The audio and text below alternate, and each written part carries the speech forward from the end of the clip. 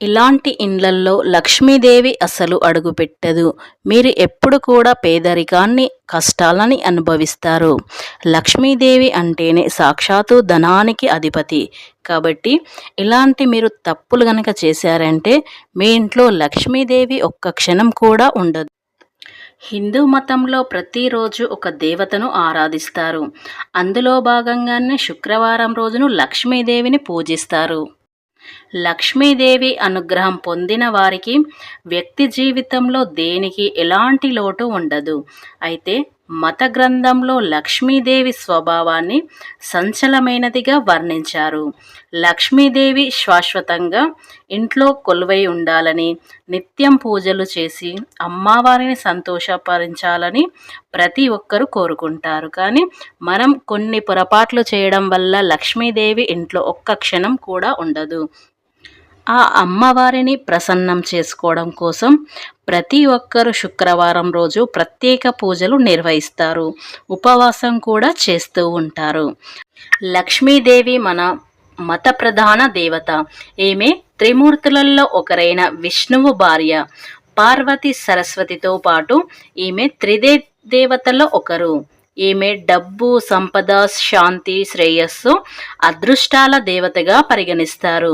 మనకు జీవితంలో అన్ని ఆనందాలు, అవసరాలను తీర్చుకోవడానికి ప్రతి వ్యక్తికి డబ్బు అవసరం.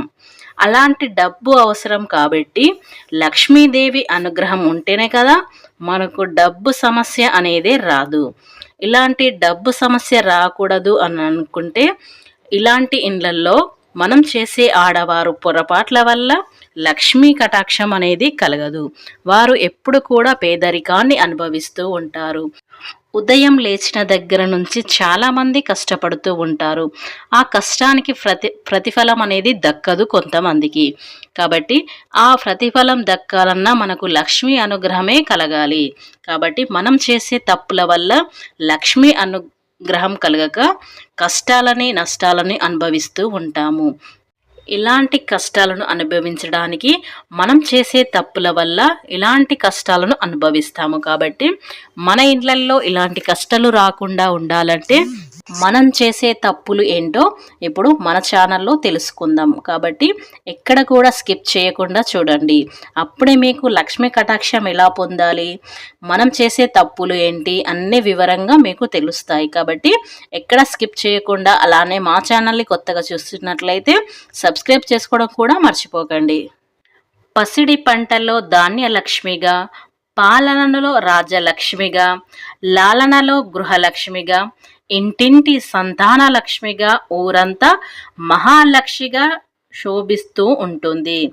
కాబట్టి ఇలాంటి లక్ష్మీదేవి అనుగ్రహం కలగాలి అంటే మనం చేసే తప్పుల వల్ల లక్ష్మీ అనుగ్రహానికి గురి అవుతాము. మన కష్టానికి ప్రతిఫలం, లక్ష్మీ సంతోషాలకు ఆధారం, సంతృప్తికి మూలం ఆవిడే. మహాలక్ష్మి కటాక్షం కోసం లోకమంతా ఎదురుచూస్తూ ఉంటుంది. అష్టలక్ష్ముల చూపుతో అష్టదరిద్రాలు తీరిపోతాయని తహతహలాడుతూ ఉంటారు ప్రతి ఒక్కరు కూడా. ఆ తల్లి కరుణ అనువంత ప్రసారిస్తే చాలని అనుకుంటూ ఉంటారు. లక్ష్మి అంటే శుభలక్షణ, లక్షణ అని అర్థం. మనిషి రూపరేఖలు ఎలా ఉన్నా గుణగణాలు సక్రమంగా ఉంటేనే లక్ష్మీ కటాక్షం కలుగుతుంది. మనలోని శుభ లక్షణాలు కలబోతే లక్ష్మీ ధైర్యం, ఆరోగ్యం, బుద్ధి ఇవన్నీ లక్ష్మీదేవి సంకేతాలే. వీటిని ధైర్యలక్ష్మి, సంతానలక్ష్మి అని వివిధ పేర్లతో రూపంలో కొలుస్తూ ఉంటారు. పవిత్రంగా, ప్రశాంతంగా ఉండే ఇండ్లల్లో మనుషులతో తను ఉంటుంది అని లక్ష్మీదేవి చెప్పింది. కాబట్టి ఎక్కడైతే ఎవరి ఇంట్లోనైతే ఎక్కడ తరచుగా గొడవ పడని వారి ఇండ్లల్లోకి మాత్రమే లక్ష్మీదేవి కొలువై ఉంటుంది.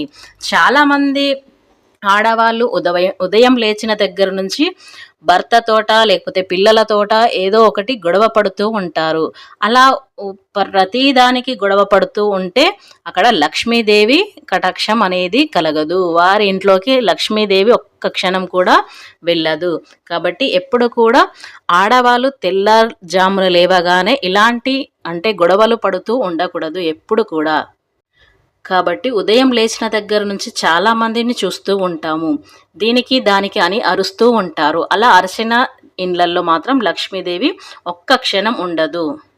శ్రీ లక్ష్మీ వరలక్ష్మి ప్రసన్న లక్ష్మి శుద్ధ లక్ష్మి అంటే పరిశుభ్రంగా ఉన్న ఇంట్లోనే ఆమె కొలువై ఉంటుంది.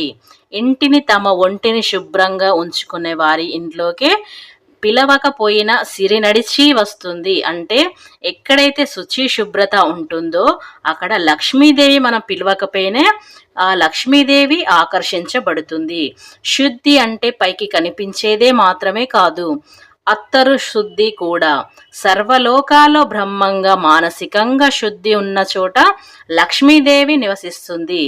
అలాగే బూజు కొట్టుకుపోయిన పైకప్పు మురికి పట్టిన ఇలా ఉన్నా కూడా లక్ష్మీదేవి లోపలికి రాదు. చాలామంది ఇతరులను తిట్లు, శాపనార్థాలు, పరనిందలు చేసే మనుషుల దగ్గర కూడా లక్ష్మీదేవి కన్నెత్తి చూడమన్నా చూడదు.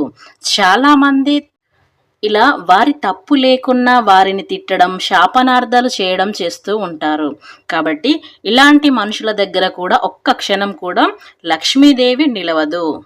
ఎవరైతే నిరంతరం శుభాన్ని కోరేవారు, శాంత స్వభావులు, ఇంద్రియ నిగ్రహాలు కలవారు, పరులకు సాయం చేసేవారు, అతిథులను గౌరవించేవారు, కాలం వృధా చేయకుండా కృతజ్ఞత చెప్పేవారు, సామరవత్తంగా పనిచేసేవారు, ఇలాంటి గుణాలు కలిగిన వారిట నేనుంటాను అని లక్ష్మీదేవి స్వయంగా చెప్పిన రుక్మిణీదేవికి ఇవి. కాబట్టి ఇలాంటి మనం అలవాట్లు ఉన్నట్లయితే లక్ష్మీదేవి మనం పిలవకపోయినా ఇంట్లోకి వచ్చి తిష్ట వేసుకొని కూర్చుంటుంది. కాబట్టి ఎప్పుడు కూడా ఇతరులకు సాయం చేసే గుణం ఉండాలి.